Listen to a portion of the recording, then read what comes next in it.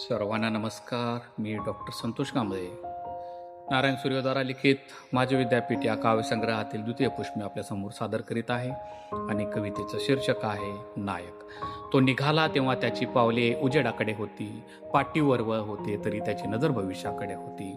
तो निघाला तेव्हा त्याची पावले उजेडाकडे होती, पाठीवर वळ होते तरी त्याची नजर भविष्याकडे होती. तांब्यासारखे शरीर होते त्याचे, उच्चारात जरब होती.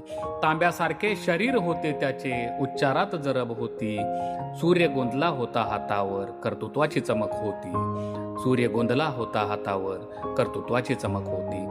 तो चालला तेव्हा इच्छुकाने फुले उधळली होती. तो चालला तेव्हा इच्छुकाने फुले उधळली होती. एका सभेत त्याने कोंडवाड्याची कहाणी सांगितली होती.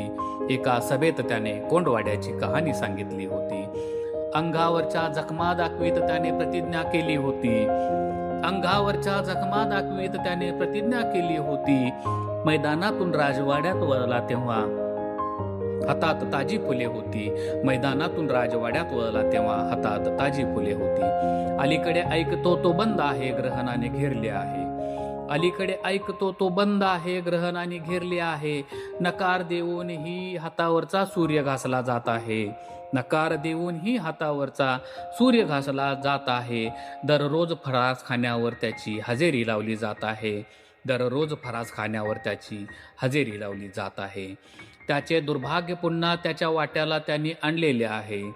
त्याचे दुर्भाग्य पुन्हा त्याच्या वाट्याला त्यांनी आणलेले आहे. तो मुकाही झाला आहे म्हणतात. तो मुकाही झाला आहे म्हणतात. बिगुल मुके कसे होईल.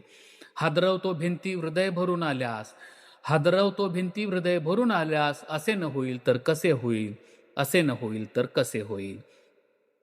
चितारतो म्हणतात वाकडा तिकडा सूर्य मनुष्यही. चितारतो म्हणतात वाकडा तिकडा सूर्य मनुष्यही. हात थरथरत असल्यास कसे होईल.